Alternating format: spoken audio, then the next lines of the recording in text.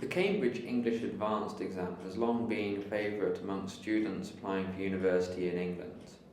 Whilst Cambridge itself doesn't accept the CAE as proof of English ability, other universities do. The University of Oxford, for example, will allow students to prove their English with a grade B in the CAE, and other universities, for example my own university, Leicester University, will accept students for some courses with as little as just a pass for the CAE. In 2008, Cambridge made some changes to the exam. It just tidied up a few things, made it a little bit easier to succeed. But from next year, there are some much larger changes being introduced. And these changes all have a very academic focus, really to capitalise on the fact that people want the CAE to prove to universities that they have a very good level of English. So today we're going to look at the top 10 changes that are going to be introduced by Cambridge for next year's exam.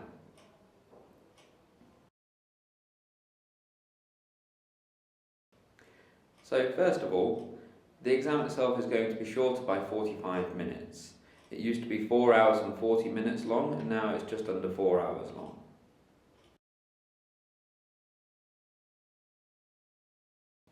Secondly, in line with the FCE, which will also change next year, and the proficiency exam, which changed last year, the reading and use of English papers have been combined.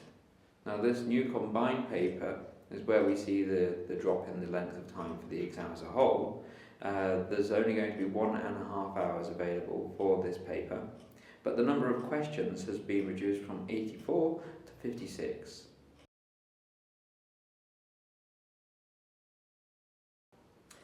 Third, the gap sentences task in the use of English paper has been taken away. It's been removed, and I think this is a good thing.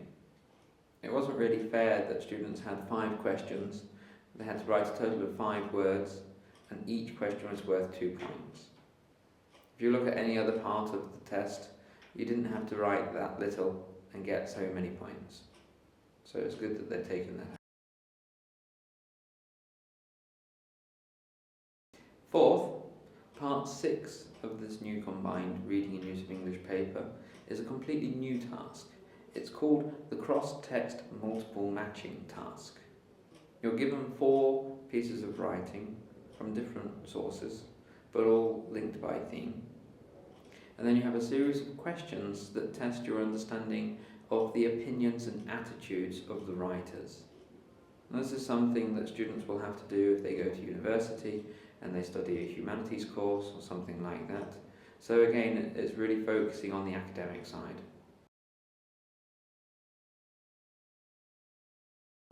Fifth, it's only a small thing, but if you're used to the way that CAE looks at the moment, you'd expect the reading paper to come first and the use of English paper to come second.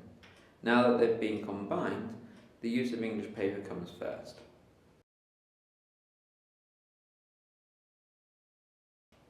The 6th point, again, is an academic change, but in the writing paper, in part 1, you used to have a selection of tasks that might have come up. Now they've all been replaced and it's just the essay. So you will be able to prepare before the exam and know exactly what you'll be facing in part 1 of the writing. It will be an essay.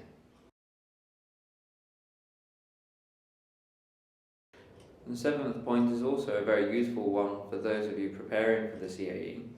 There used to be a very long list of different writing task types that would be available in the exam, but this list has been shortened. They've removed some of the more esoteric, and they've also removed the set text. That's no longer going to be an option, so you don't have to worry about which book you didn't read.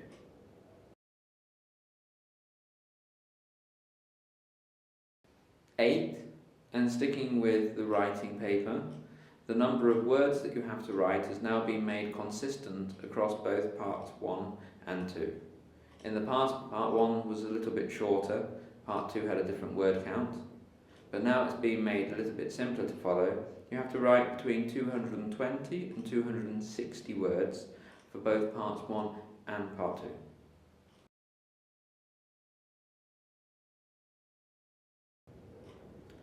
The 9th major change concerns the speaking paper. Now in part 3, the collaborative task, you used to be presented with a series of pictures on the topic. You had to discuss those pictures with your partner.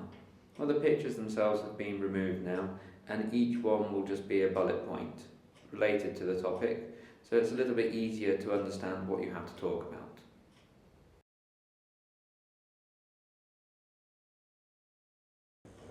The 10th and final major change to the Cambridge Advanced exam also concerns the speaking paper and part 3, the collaborative task. I think this is a very good change. In the past, students were given 3 minutes to discuss the topic. They also had to come to a conclusion during that time, but most students couldn't manage that. They would start talking and talking and talking, and before they knew it, the 3 minutes was up. So the change that's happened here is that now the students will have 2 minutes to discuss each of the points in total, and then they'll have 1 minute, and this will be marked by the interlocutor, to actually come to a final conclusion. Okay, well that's the end of this brief summary of the changes for the CAE. If you're going to study it, good luck.